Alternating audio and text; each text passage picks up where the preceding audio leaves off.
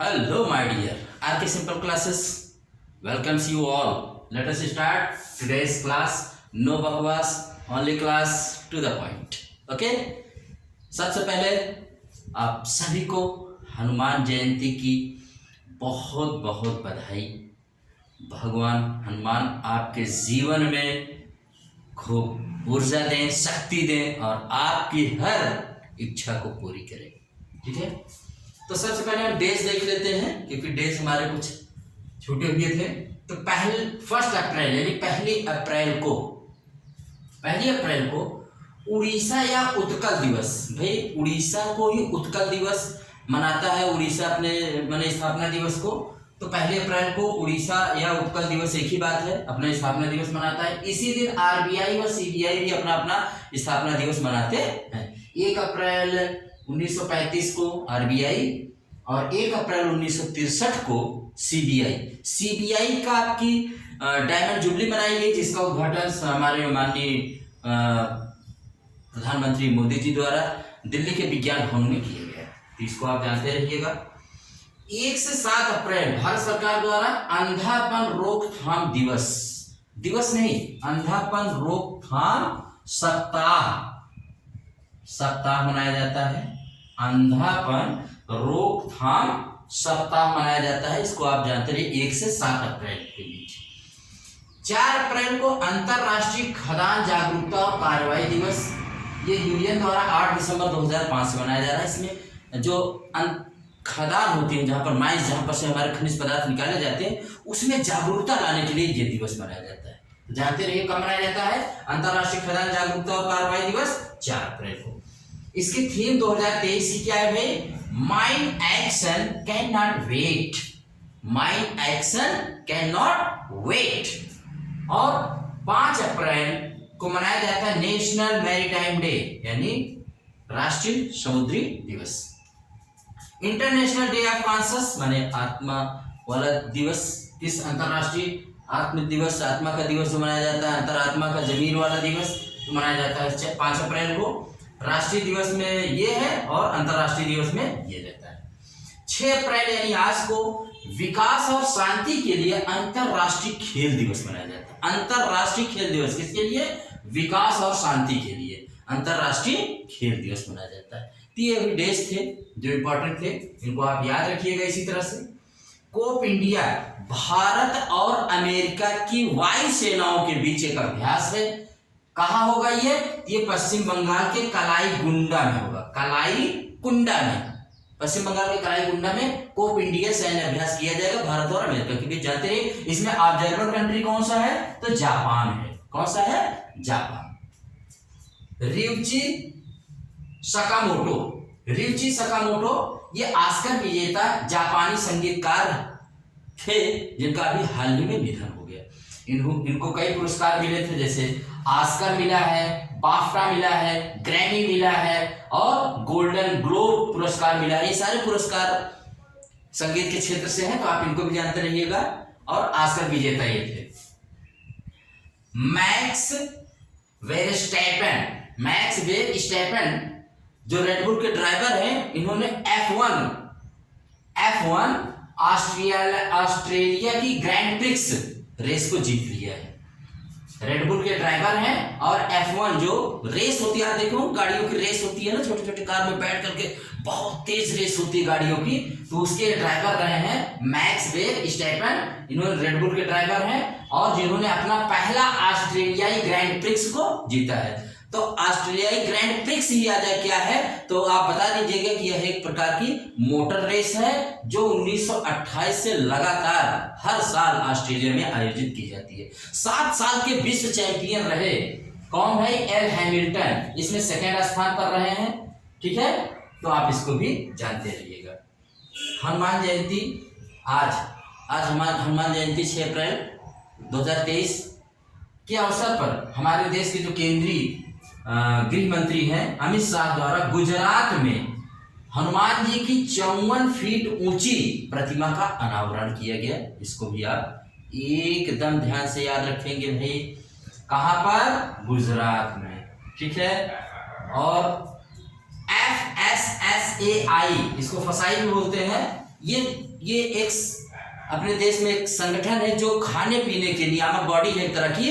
जितनी भी खाने पीने वाली चीजें होती हैं, आप कोई भी आइटम बिना इसके प्रमाण के नहीं खरीदेंगे। FSSAI, आप बताइएगा इसकी स्थापना कब की गई थी? और खाने के, चाहे आप बिस्किट लीजिए, चाहे आप कोई भी चीज लीजिए, अगर उस पर ये इसने प्रमाणित किया है तभी उसको खाना चाहिए, अन्यथा हमें खाना नहीं चाहिए। ये ध्यान रखिएगा। तो FSSAI के सहयोग से केंद्र शासित प्रदेश जम्मू कश्मीर के जम्मू में वहां के खाद्य एवं औषधि प्रशासन द्वारा ईट राइट मिलेट मेला का आयोजन किया गया। Very important, eat right millet mela का आयोजन किया गया। कहां पर? जम्मू में। किसके सहयोग से भाई? तो FSSAI के सहयोग से, और वहां के खाद्य एवं औषधि प्रशासन।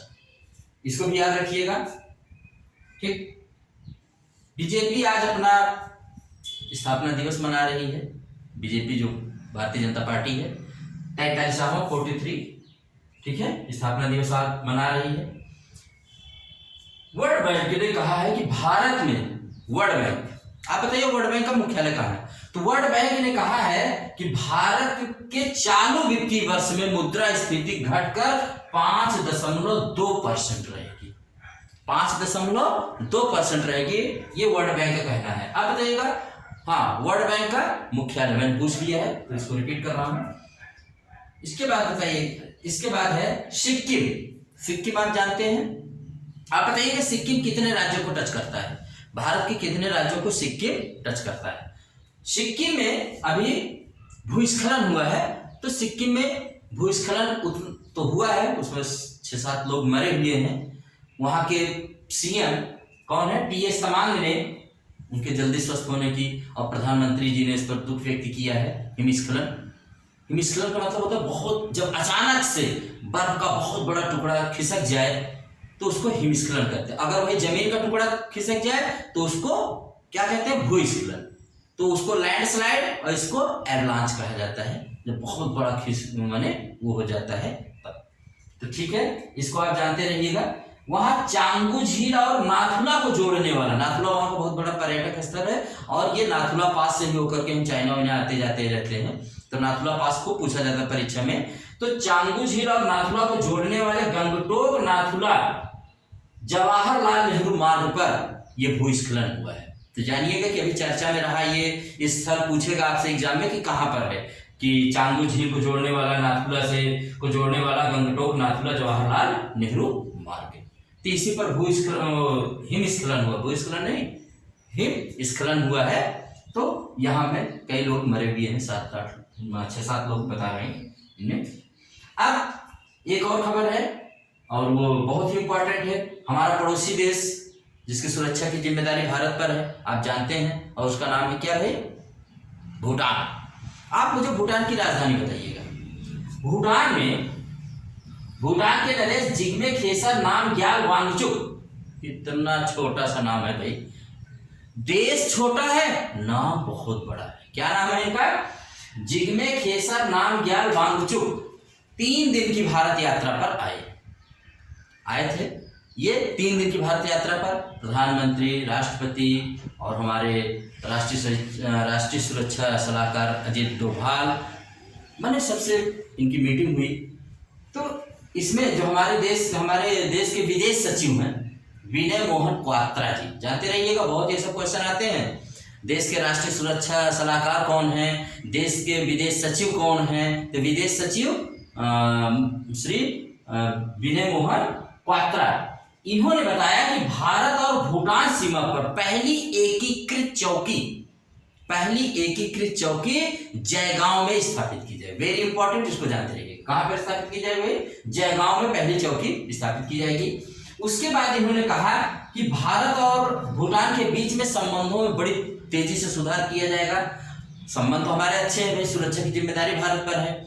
भूटान बहुत ही प्यारा और सुंदर देश है, दुनिया का कार्बन न्यूट्रल देश है ये, मतलब जितना ये कार्बन पैदा करता है उससे ज्यादा ये सिंक करता है, और दुनिया का एकमात्र देश जहां पर हैप्पीनेस के आधार पर, प्रसन्नता के आधार पर क्या निकाली जाती है भाई, वहां की जीडीपी में हैप्पीनेस को भी जोड़ते हैं ये लोग। ये नहीं देखते कि पैसा है तो सब खुश होंगे, नहीं नहीं, इनका कहना है कि क्या लोग खुश हैं, प्रसन्नता के आधार पर ये लोग अपना जीडीपी भी देखते हैं। ठीक, भारत और भूटान के बीच में कोकराझार गेलफू रेल लिंक जो प्रस्तावित है, अभी वहां ट्रेन नहीं चलती है, तो ये इसके जरिए कोकराझार गेलफू रेल लिंक जो प्रस्तावित है इसमें तेजी लाएंगे, हम जल्दी से इसको पूर्ण करेंगे, क्योंकि ये पहली रेल परियोजना है भूटान की। तो इस तरह से भूटान और भारत के बीच में संबंधों को सुधारा जाएगा। देखिए इतना महत्व हम लोग भूटान को क्यों दे रहे हैं, तो भूटान को इसलिए महत्व दिया जा रहा है कि आप यहाँ समझने की कोशिश करिए कि भूटान और नेपाल ये ऐसे दो देश हैं जो हमारे बड़े चाइना के बीच में पड़ते हैं, और ये एक तरह से अंतस्थ राज्य हैं, और इनको अगर हम नहीं संभालते हैं या इन पर हम ध्यान नहीं देते हैं तो ये कहीं उस साइड में चले गए ना तो हमारे लिए बड़ी प्रॉब्लम हो जाएगी।